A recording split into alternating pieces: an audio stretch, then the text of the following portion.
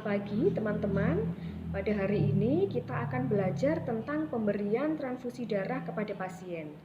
Tindakan ini merupakan salah satu tindakan keperawatan di mana dimulai dengan mengidentifikasi pasien, kemudian melakukan pemasangan transfusi darah, mengawasi efek samping yang timbul, dan juga mengakhiri transfusi darah dan melanjutkan dengan tetap mengawasi efek samping atau komplikasi yang bisa ditimbulkan dari pemberian transfusi darah kepada pasien.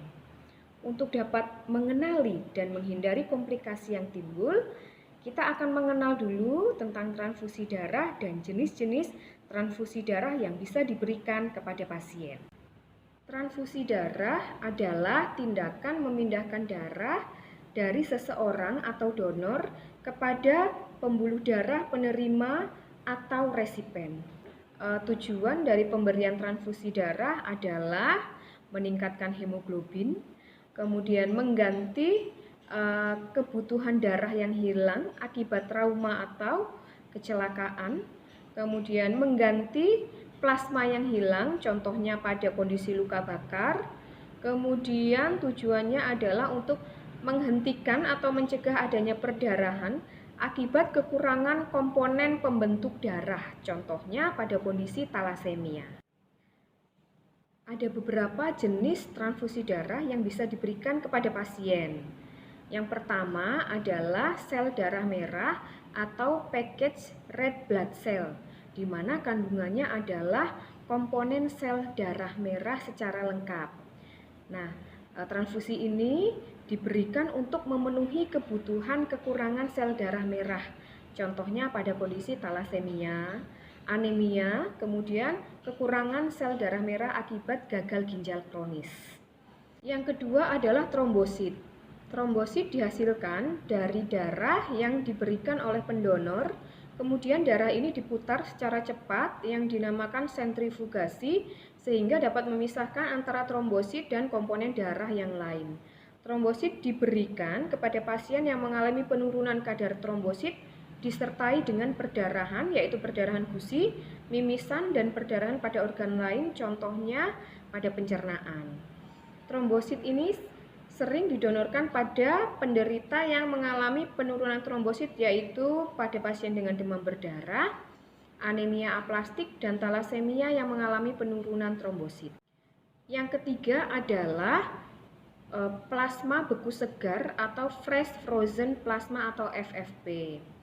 Fresh frozen plasma atau plasma beku segar ini berisi faktor pembekuan darah secara lengkap, di mana transfusinya diberikan kepada pasien yang mengalami gangguan pembekuan darah atau yang sedang mengalami perdarahan hebat, contohnya pada operasi bypass jantung. Yang keempat adalah kriopresipitat. Sama halnya dengan fresh frozen plasma atau FFP, kriopresipitat berisi faktor pembekuan darah. Bedanya adalah kriopresipitat kaya akan fibrinogen dan mengandung faktor beku darah nomor 8 dan 13. Kriopresipitat diberikan pada kondisi pasien perdarahan masif dan pasien hemofili yang mengalami perdarahan. Yang kelima adalah whole blood. Whole blood berisi seluruh komponen sel darah yang kemudian ditransfusikan kepada pasien. Pasien yang sering ditransfusikan whole blood adalah pasien yang mengalami kecelakaan, kemudian menjalani operasi besar. Seiring berjalannya waktu dan ilmu pengetahuan, whole blood tidak selalu diberikan atau ditransfusikan kepada pasien karena memiliki risiko mengalami alergi dan reaksi transfusi darah yang lebih besar. Selanjutnya teman-teman, kita akan melakukan prosedur pemberian transfusi darah kepada pasien. Pertama-tama yang kita lakukan adalah mengidentifikasi kondisi pasien, di mana kita ukur tanda-tanda vital, semua harus dalam batas normal. Jika tekanan darah tinggi atau suhu tinggi, maka tidak diperkenankan untuk memberikan transfusi darah.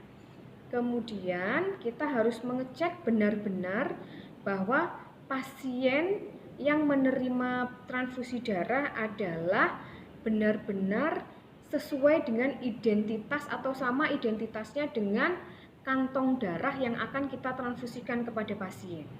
Sebelum melakukan transfusi, pasien diambil contoh darah ya, dari pembuluh darahnya diambil darah, contoh darah untuk dikirimkan ke laboratorium dan diperiksa jenis golongan darah dan resus apa yang ada pada pasien supaya dapat diberikan transfusi darah yang tepat kepada pasien. Selanjutnya kita akan lihat apa saja alat dan bahan yang akan kita perlukan untuk transfusi. Alat-alat yang kita gunakan untuk melakukan tindakan pemberian transfusi darah, yang pertama adalah tiang infus, kemudian yang kedua adalah cairan NaCl. Ini kita berikan sebelum memasang darah yang ditransfusikan kepada pasien. Kita berikan cairan ini sebanyak 50-100 ml. Nah, cairan ini merupakan cairan fisiologis, diberikan dalam ukuran yang pas. Apabila terlalu berlebihan akan menyebabkan overload, tetapi apabila kekurangan akan menyebabkan kekentalan darah meningkat sehingga akan menyebabkan peningkatan kerja jantung. Jangan menggunakan cairan lain karena akan berisiko, jadi gunakan NaCl. Kemudian kita siapkan darah yang dibutuhkan sesuai dengan golongan dan resus pasien. Diperoleh dari pemeriksaan contoh darah pasien yang tadi di awal kita ambil. Kemudian kita bawa ke lab untuk mengetahui resus dan juga golongan darah yang tepat pada pasien. Kemudian kita gunakan set infus. Set infus khusus untuk transfusi darah, dia punya diameter selang yang lebih besar daripada set infus untuk cairan infus. Kemudian kita perlukan needle wing, ini untuk pemasangan infus di awal, tetapi apabila pasien sudah terpasang infus tidak perlu lagi kita siapkan alat ini ya. Kemudian ada plester, kemudian ada kapas alkohol, kemudian ada tali pembendung atau tourniquet, kemudian kita memakai perlak karena dikhawatirkan nanti akan menetes ketika kita mengganti blood set pada pasien. Kemudian korentang tidak perlu ya teman-teman, karena kita akan melakukan tindakan pada pasien yang sudah terpasang infus. Kemudian setelah alatnya kita siapkan, jangan lupa kita memakai handskun sekali pakai ya. Kita juga siapkan clear beacon untuk tempat-tempat sampah yang sisa yang kita gunakan. Baik, selanjutnya setelah alatnya siap, kita akan ke pasien untuk memberitahu pasien tentang tindakan yang akan kita lakukan. Selamat pagi Pak Ali. Pada pagi hari ini saya perawat Tuti akan melakukan pemberian transfusi darah kepada Pak Ali. Adapun transfusi darah ini berguna untuk meningkatkan HB Pak Ali yang sekarang sedang mengalami penurunan, yaitu kadarnya 6 ya Pak ya. Nah, untuk meningkatkan hemoglobin Bapak atau HB, kita akan memberikan transfusi darah sesuai dengan golongan darah Bapak. Hemoglobin atau HB itu berfungsi untuk membawa oksigen di seluruh tubuh Pak. Sehingga apabila seseorang kekurangan hemoglobin akan menyebabkan organ-organ tubuh dan jaringan tubuh kekurangan oksigen. Nah, dampak yang bisa dirasakan Bapak adalah lemah, mudah pusing, pucat, dan tidak berenergi. Nah, untuk itu kita akan memberikan transfusi darah Pak, supaya ada peningkatan hemoglobin Bapak.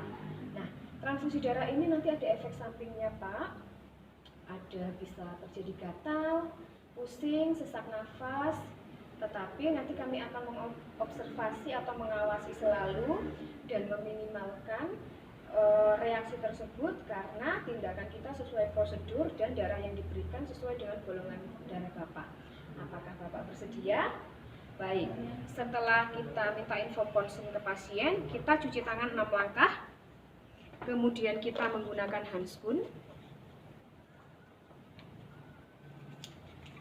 Nah, setelah kita menggunakan handskun, kita pastikan bahwa infus yang terpasang ini berjalan atau mengalir dengan lancar. Kita lihat tetesannya. Kemudian kita ganti set infus pada pasien menggunakan blood set. Ya. Nah, menggunakan blood set.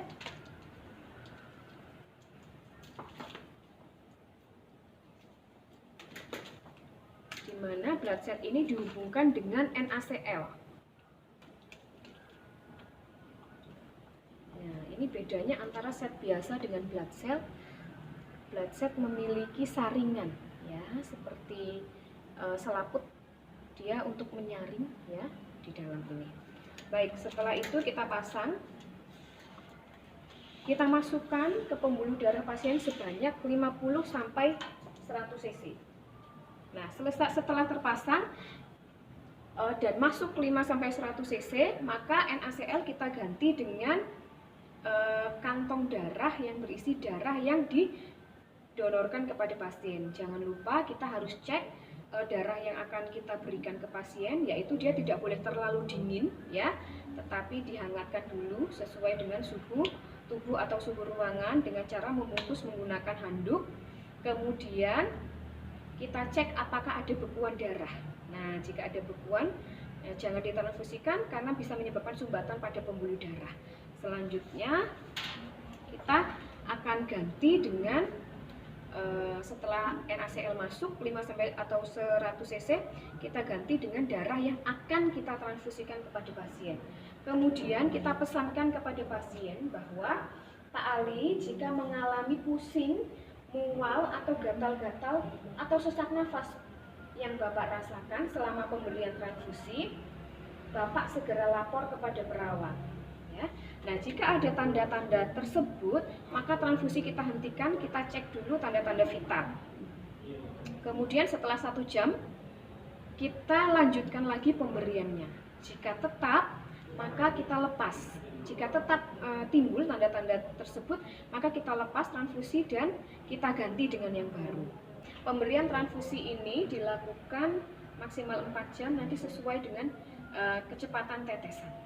Baik, setelah itu kita sampaikan bahwa Pak Ali darahnya sudah terpasang. Selanjutnya kita tunggu sampai habis. Jika nanti habis, silakan memberitahu perawat atau kami akan mengecek setelah 4 jam. Gitu. Pak Ali silakan beristirahat sambil menunggu darahnya, nanti kalau habis akan kami ganti kembali. Baik. Terima kasih Pak Ali, selamat pagi.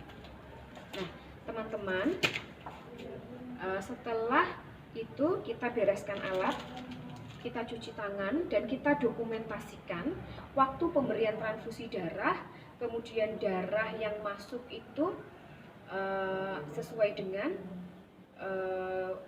jenis darah dan resus pasien.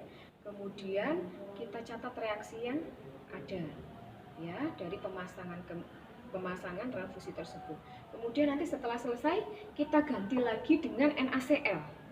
Ya, NaCl sebanyak 50 sampai 100 cc, kemudian kita ganti lagi dengan cairan yang semula terpasang kepada pasien. Begitu. Kemudian kita observasi tanda-tanda vital pasca pemasangan atau pemberian transfusi darah. Baik. Itu saja teman-teman, semoga bermanfaat dan jangan lupa wajib meneliti identitas yang ada di kantong darah dan juga identitas pasien yang sebenarnya. Ya, kita cek di gelang nama pasien atau gelang identitas pasien. Harus sama antara nama lengkap, umur, alamat, dan jenis darah dengan identitas yang ada di pasien. Jangan sampai terlewatkan atau jangan sampai terjadi kesalahan, ya, karena dapat berakibat fatal. Demikian saja yang bisa Ibu sampaikan. Semoga bermanfaat. Selamat siang, sampai jumpa.